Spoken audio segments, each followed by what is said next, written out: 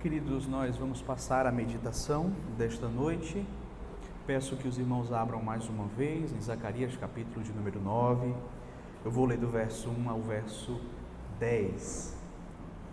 Zacarias 9, do 1 ao 10, que nos diz assim: A sentença pronunciada pelo Senhor é contra a terra de Adraque e repousa sobre Damasco, porque o Senhor põe os olhos sobre os homens e sobre todas as tribos de Israel.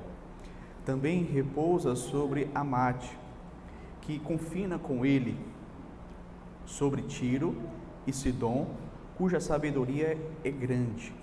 Tiro edificou para si fortalezas e amontoou prata como o pó e ouro como a lama das suas ruas.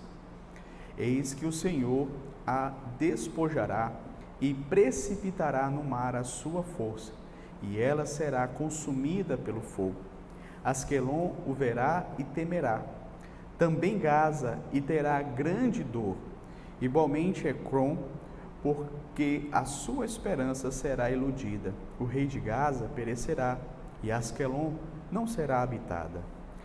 Povo bastardo habitará em Asdote, e exterminarei a soberba dos filisteus. Da boca destes tirarei o sangue dos sacrifícios idólatras, e dentre os seus dentes tais abominações. Então ficarão eles como um restante para o nosso Deus, e serão como chefes em Judá e Ecrom, como Jebuseu.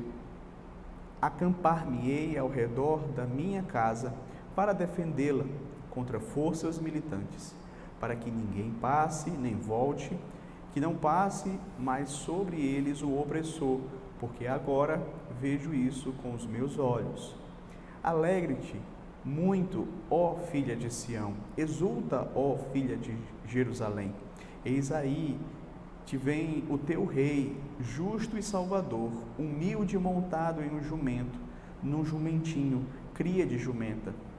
Destruirei os carros de Efraim e os cavalos de Jerusalém, e o arco de guerra será destruído. Ele anunciará paz às nações, o seu domínio se estenderá de mar a mar, e desde o Eufrates até as extremidades da terra. Até aqui, meus irmãos, a leitura da palavra do nosso Deus.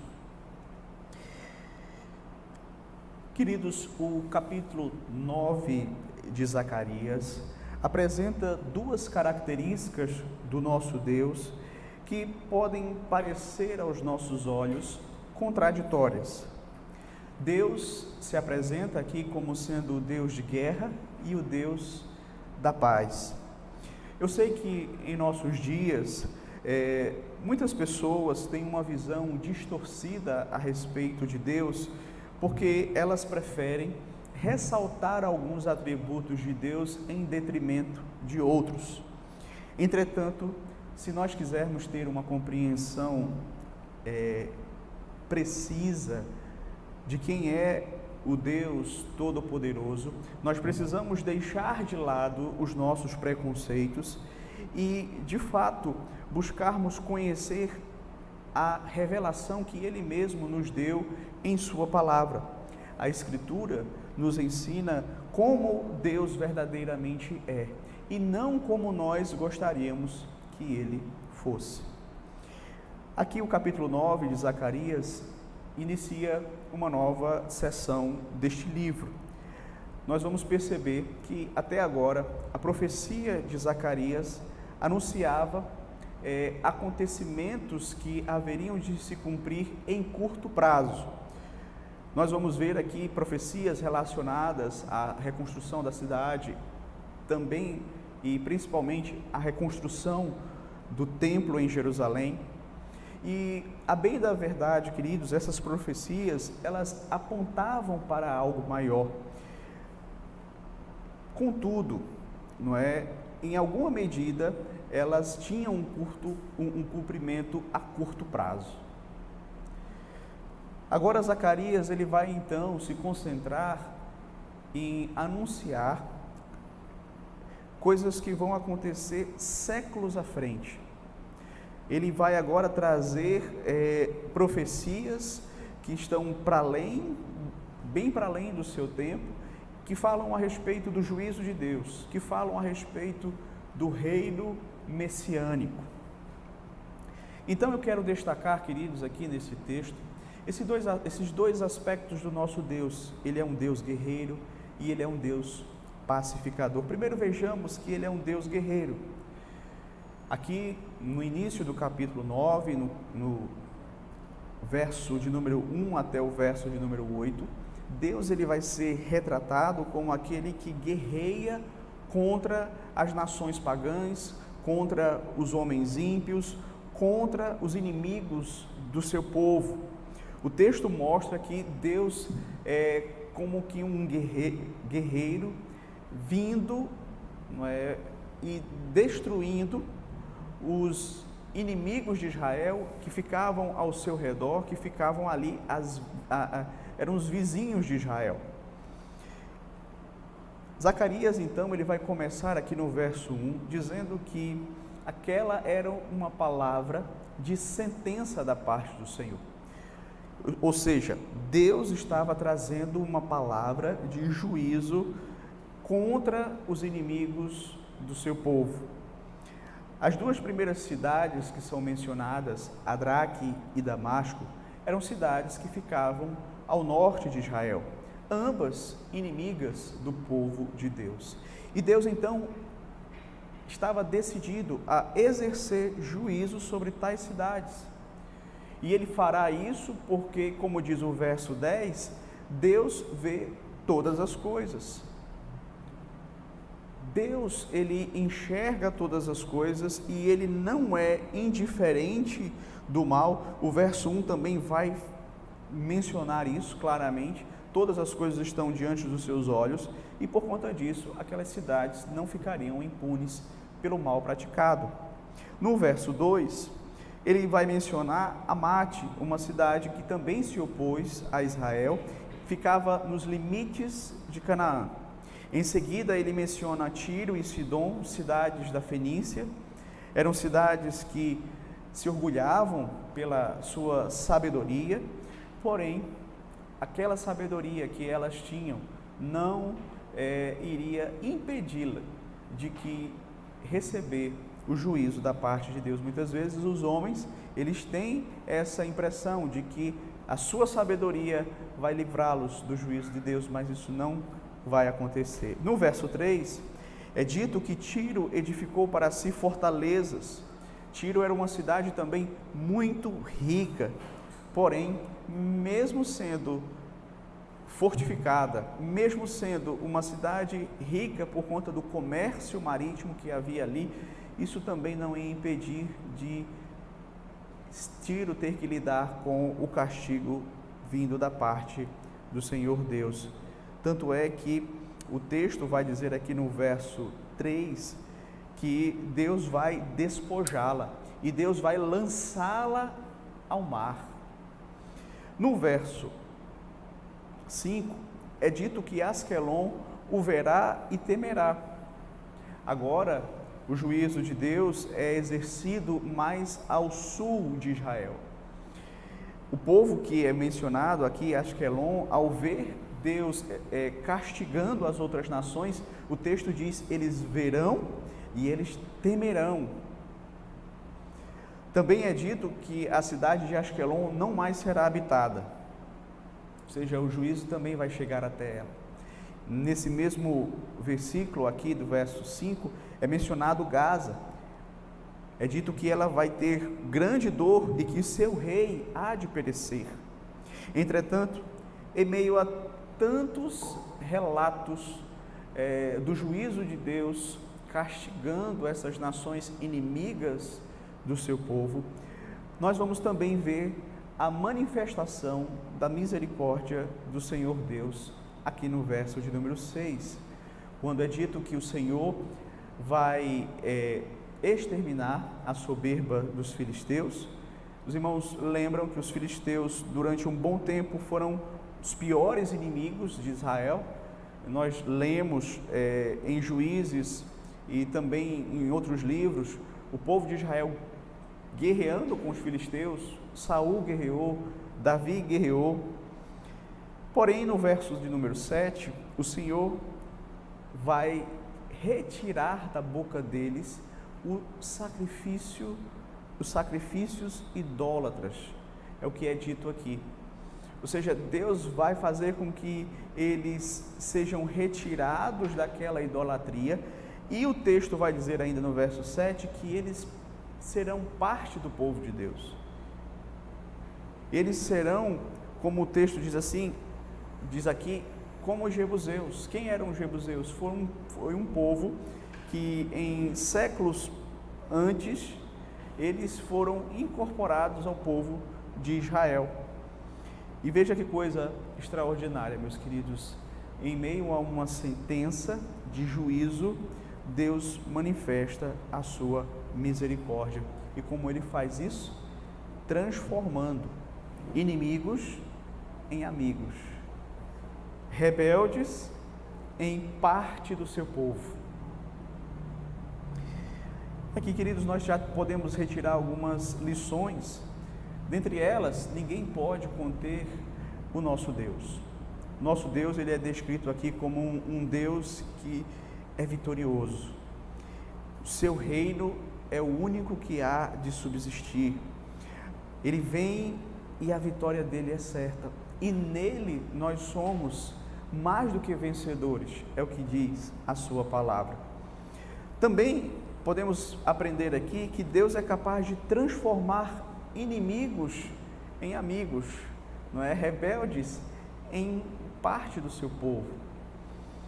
Deus aqui vai fazer isto, e veja como isso também descreve com muita exatidão a nossa situação, porque nós também éramos inimigos de Deus e fomos tornados amigos, fomos tornados reconciliados com Deus, passamos a fazer parte da família de Deus, fomos adotados por Deus, não é?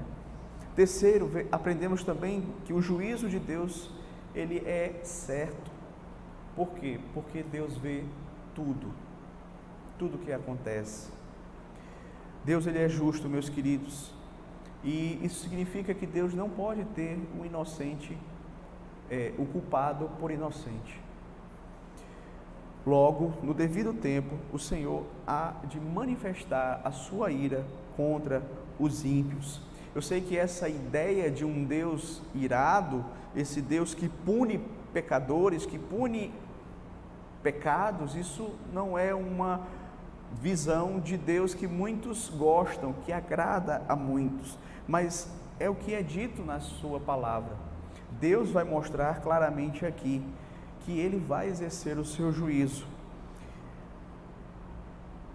Vai exercer o seu juízo contra aqueles que se rebelam contra Ele. Vai exercer o seu juízo contra aqueles que se ensoberbecem, aqueles que se levantam contra o seu povo, aqueles que acham que nunca terão que lidar com o seu juízo.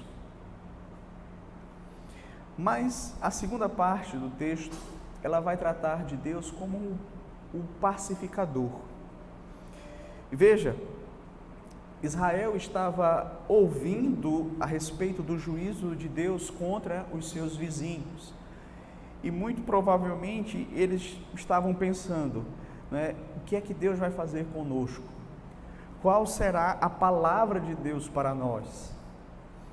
E a partir do verso de número 8, Deus então passa a falar a Israel, e Ele promete que vai acampar-se ao redor da sua cidade para defendê-la, para protegê-la contra forças militares, para que ela não seja novamente destruída. A palavra de Deus para Israel é uma palavra de encorajamento, uma palavra de consolo, de ânimo, de verdadeira libertação, de proteção. No verso de número 9, Deus então vai dizer algo maravilhoso, algo que deveria alegrar o coração daquele povo já ali. Uma profecia que diz respeito ao futuro, mas que já deveria ser motivo de alegria para o coração deles. Verso 9 é dito assim: Alegra-te muito, ó filha de Sião. Exulta, ó filha de Jerusalém. Eis aí te vem o teu rei, justo e salvador, humilde, montado em um jumento, num jumentinho, cria de jumenta. Aqui, queridos, nós temos uma profecia messiânica.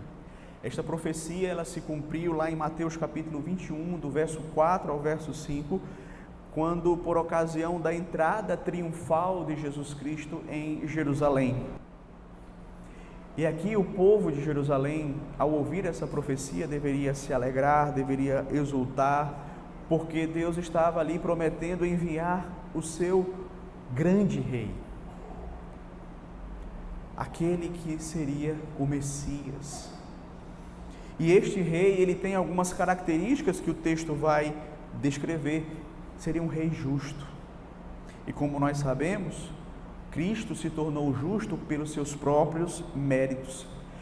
Ele cumpriu perfeitamente a lei de Deus. Ele jamais pecou, seja por pensamentos, palavras, ações ou omissões.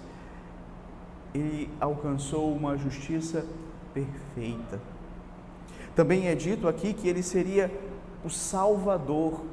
E nós sabemos também, queridos, que essa foi a missão que Cristo recebeu do Pai. Ele veio a este mundo para salvar pecadores. Ele assumiu o lugar destes pecadores, recebendo o castigo que deveria sobrevir a eles lá na cruz do Calvário. Ali na cruz do Calvário, nós sabemos que Cristo experimentou o inferno em favor dos seus eleitos, para salvar todo aquele que nele crê. Ainda é dito que esse rei seria um rei humilde, e como expressão desta humildade, ele entraria, não é, de forma triunfal por Jerusalém, como? Montado em um jumentinho, cria de jumenta. Veja, queridos, a realeza divina é caracterizada pela humildade. O jumento era a montaria dos reis antigos de Israel, não é? A profecia então vai dizer também no verso 10 que este rei haveria de destruir as armas de Jerusalém. E por que ele faria isso? Porque ele seria a defesa do seu povo. Esse rei, ele seria aquele que iria proteger o seu povo. E após derrotar todos os seus inimigos, Deus então ia anunciar a paz a todas as nações. Todas as nações, indistintamente. Finalzinho do verso 10, é dito que o domínio dele se estenderia de mar a mar, ou seja, de uma ponta a outra do mundo, e por que não dizer do universo, ou seja, seria um domínio completo, sem limites. Ele dominaria sobre tudo. Aqui também podemos tirar algumas lições. Veja, Deus, ele é o defensor do seu povo. Aqui nesse texto, a presença de Deus é que iria garantir a segurança de Israel. E nós sabemos que esse é o mesmo Deus que diz ao seu povo, que diz à sua igreja: não temam, porque eu sou contigo. E nós podemos dizer como o salmista: ainda que eu ande pelo vale da sombra da morte, não temerei mal nenhum, porque tu estás comigo. Outra lição que nós aprendemos: assim como Israel devia se alegrar e exultar pela certeza do rei que viria, nós também devemos nos alegrar pelo rei que já veio e que virá novamente. Então, assim como um rei vindouro era uma mensagem de esperança para o povo judeu, para os gentios, nós sabemos que essa esperança, ela continua para nós. Essa é uma palavra que traz conforto, encorajamento, esperança para nós. E agora temos a certeza de que Ele já veio e aguardamos a sua segunda vinda. Por isso devemos nos alegrar, por isso devemos exultar, por isso não devemos cansar de servi-lo, de adorá-lo, de dar a ele o louvor que é devido. Terceiro, o fato de que o reino de Cristo não tem fronteiras é uma fonte de grande consolo, confiança e alegria também para nós. Veja, a autoridade de um rei, ela é sempre limitada pelas fronteiras do seu reino. Portanto, um reino sem fronteiras seria o mesmo que dizer uma autoridade sem limites. Reinos vêm e vão porque os reis não conseguem manter o espaço que eles governam, mas o reino de Cristo não tem limites, logo ele está livre de qualquer ameaça. Cristo governa tudo para a sua glória, para o bem do seu povo, e ser cidadão desse reino certamente é um motivo de alegria. Está certo de que nada vai ameaçar esse reino, porque o controle dele é soberano, é sobre tudo e sobre todos. Cristo também nos ensinou através da sua humildade. Veja só, ele, o rei de toda a terra, que nasceu numa estrebaria, o seu berço foi uma manjedoura, filho de uma família pobre, entrou na sua entrada triunfal, entrou sentado em um jumento, cria de uma jumenta. Paulo vai dizer, meus queridos, que Cristo, sendo rico, se fez pobre com um propósito, com uma finalidade, para nos tornar ricos. E nós sabemos, queridos, que nós recebemos de fato as riquezas espirituais que Deus tinha para nos dar através do Cristo que se humilhou e que conquistou todas essas riquezas para nós. Por último, o Senhor Jesus Cristo providenciou para mim e para você vida eterna e salvação. Sabemos que Adão, ele não obedeceu ao pacto das obras. E quando Adão estava ali no Éden, Adão, ele não precisava de salvação porque ele não tinha pecado, mas ele precisava de vida eterna. Ele tinha que obedecer ao pacto das obras. Ele pecou, e uma vez que ele pecou, ele se tornou condenado pela lei. Então agora ele precisava não só de vida eterna, ele também precisava de salvação por causa do pecado dele. E nós então recebemos esse legado de Adão, necessitávamos de salvação e necessitávamos de vida eterna. E o que foi que Cristo fez? O segundo Adão, ele veio e ele fez o que Adão não foi capaz de fazer. Ele viveu a vida que Adão não foi capaz de viver e que nós também não éramos capazes de viver. Ele cumpriu a lei perfeitamente, conquistando para nós vida eterna. Ele também assumiu o nosso lugar. Ele recebeu a condenação da lei, a condenação que estava para vir sobre nós. Como eu disse, ele experimentou o inferno na cruz para nos salvar.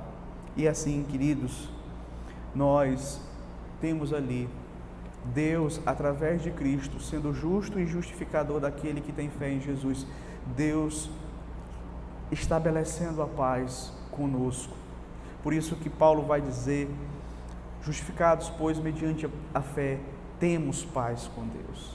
Esse é o nosso Deus, que é o Deus pacificador. Que Deus nos ajude, queridos, a guardar essas lições em nosso coração e nos alegrar no nosso Rei. Que Deus nos abençoe. Amém.